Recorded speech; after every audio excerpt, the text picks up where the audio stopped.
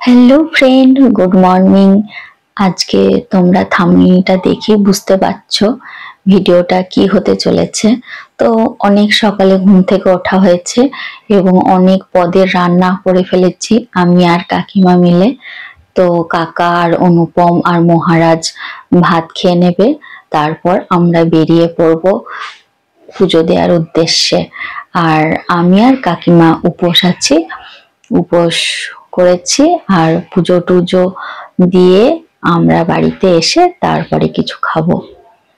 অন্যদিন তো অনুপমের থালা সাজাই, আজকে আমি আমার কাকার থালাটা সাজিয়েছি। আজকে করেছি মুগের ডাল সিদ্ধ, কারণ কাকা আলু সিদ্ধ খায় না, সুগার আছে। আর ফুলকপি পোস্ত আর বাঁধাকপি তরকারি বড়ি দিয়ে, আর চিংড়ি মাছ আর কাতলা মাছের ঝাল। আর মহারাজ তো চিংড়ি মাছ ভাজা খেতে ভালোবাসে, ও ঝাল লাগে তাই ঝালের ওকে দেওয়া হয় না। আর ওর ফেভারিট হলো চিংড়ি মাছ, চিংড়ি মাছ পেলে আর ওর কোনো কিছু চাই না। আচ্ছা, তেলটা দিয়ে মাখিয়ে দেবো।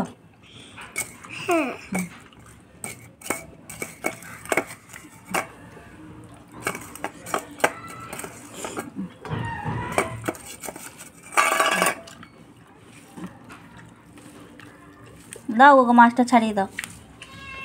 ছাড়িয়ে দাও, ফোন দাও আমাকে, ফোন দাও। দাঁড়া, আমার ফোন দেবো তো ওকে না? হ্যাঁ, ওই তো কাকিমা 6 বোতল জল নিয়েছে, ওই জন্যে বলে ভাত খেয়ে যাচ্ছে, জল পিপাসা পাবে।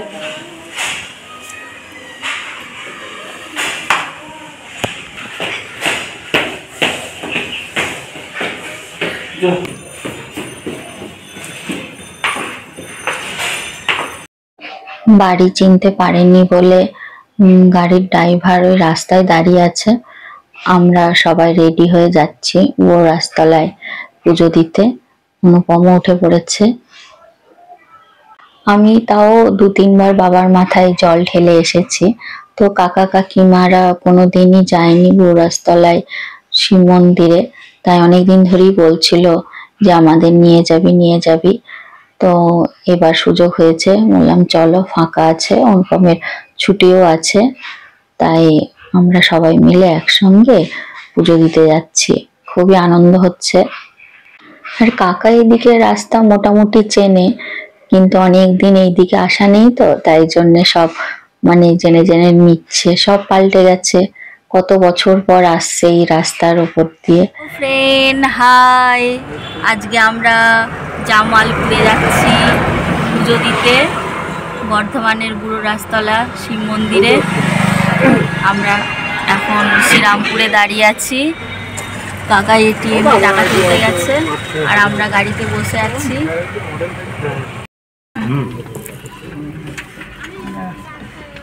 বন্ধ করে দেয় কাজটা দিয়ে, ওরা দিচ্ছি। হ্যাঁ, ও ভিডিও করছে, জামালপুর যাওয়ার ভিডিও হচ্ছে।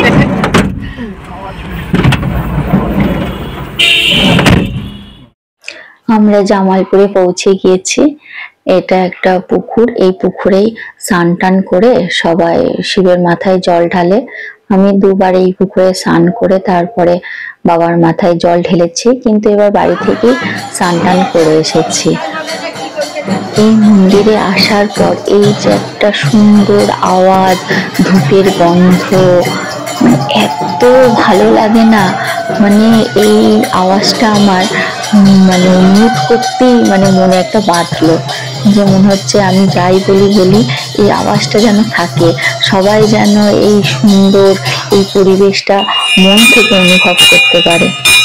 ওখানে একটা করে ঝুড়ির মধ্যে ফুল, বেলপাতা, ধূপ সব কিনতে পাওয়া যাচ্ছে। কোনোটা 50 টাকা, কোনোটা 20 টাকা, কোনোটা 30 টাকা, কোনোটা 10 টাকা, কোনোটা 5 টাকা, হরেক রকমের দামের আছে এরকম ঝুড়ি, যেটা দিয়ে আমরা পুজো দেব।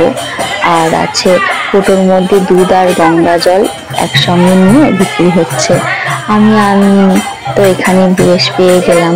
তো অনুপম সেই ভিডিওটা করেছিল কিন্তু ডিলিট করে ফেলেছে। আর আমরা খুব ভালোভাবে ভিড় থাকা সত্ত্বেও শিবের মাথায় বা বাবার মাথায় খুব সুন্দর করে জল ঢেলেছি। মনটা একদম শান্তি হয়ে গেছে, মানে কি বলবো, এত শান্তি লাগছে, এত ভালোভাবে বসে পড়েছিলাম। আমি বসে দিয়েছি নিজের হাতে পুজো, মানে আমি সামনেই বসেছিলাম, উঠতে আর ইচ্ছা করছে না।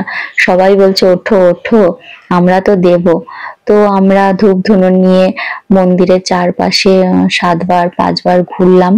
তারপরে নিজের মনস্কামনা পূরণ করার জন্য আমি একটা ঢেলা বাঁধলাম, কাকিমা একটা ঢেলা বাঁধল। হাতে করে ভালো করে দাও।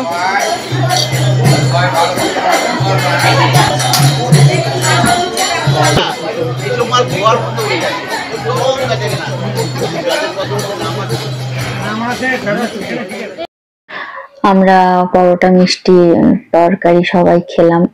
আবার কাকিমা ছোলা সিদ্ধ করেও নিয়ে এসেছিল। কালকে ছোলাটা ভিজিয়ে দিয়েছিলাম, সকালবেলায় উঠে দেখি কাকিমা ছোলা সিদ্ধ করে ফেলেছে। আর সেটাকে ধনেপাতা কুচি লঙ্কা কুচি দিয়ে বেশ ভালো করে মেখে নিয়ে এসেছে। আর মহারাজ এই দেখো এই জল খাওয়ার জন্য পাগল হয়ে গেছে, কান্নাকাটি শুরু করেছে। আর এত বাজে খেতে জিনিসটা, মানে কি বলবো, একটুখানি খেয়ে তো ফেলে দিল, শুধু শুধু পয়সাটা নষ্ট করলো। আষাঢ় শ্রাবণ মাসে এই মাঠটা জুড়ে মেলা হয়, কারণ সেই সময় বাবার মাস সবাই পুজো দিতে আসে আর খুব ভিড় হয়। তো এখন দেখছি কি যে অতটা ভিড় নেই, সো একটু একটু করে সব বসে আছে ঝুড়ি নিয়ে। আর সামনেটুকু মানে পার্মানেন্ট মেলাই হয়। আর এই মাঠটা জুড়ে আমি যতবার এসেছি দেখেছি খুব ভিড়। অনেকক্ষণ গোটা মেলাটা আমরা ঘুরলাম, ঘুরে একটা কাঠের খুন্তি কিনলাম। আর মহারাজের 2-4টে খেলনা কেনা হলো, কারণ ওকে খেলনা না দিলে ও বাড়ি ফিরে আসবে না, এত কান্নাকাটি করবে। আমরা গাড়িতে সারা রাস্তা ছোলা মুড়ি খেতে খেতে এসেছি। বাড়ি এসে আর কিছু খাওয়া হয়নি, ঘুমিয়ে পড়েছিলাম। তাই খুব সন্ধেই ধরো 8টার মধ্যেই আমরা ডিনার শেষ করে ফেললাম, তাড়াতাড়ি ঘুমিয়ে পড়বো। আর কালকে আমরা আবার মায়াপুর যাব। বাই বাই বন্ধুরা। ব্লগটা যদি তোমাদের ভালো লাগে তাহলে একটা লাইক, একটা কমেন্ট, একটা শেয়ার করে দিও। Good night. বাই বাই বন্ধুরা, পরের ব্লগে আবার তোমাদের সঙ্গে দেখা হবে।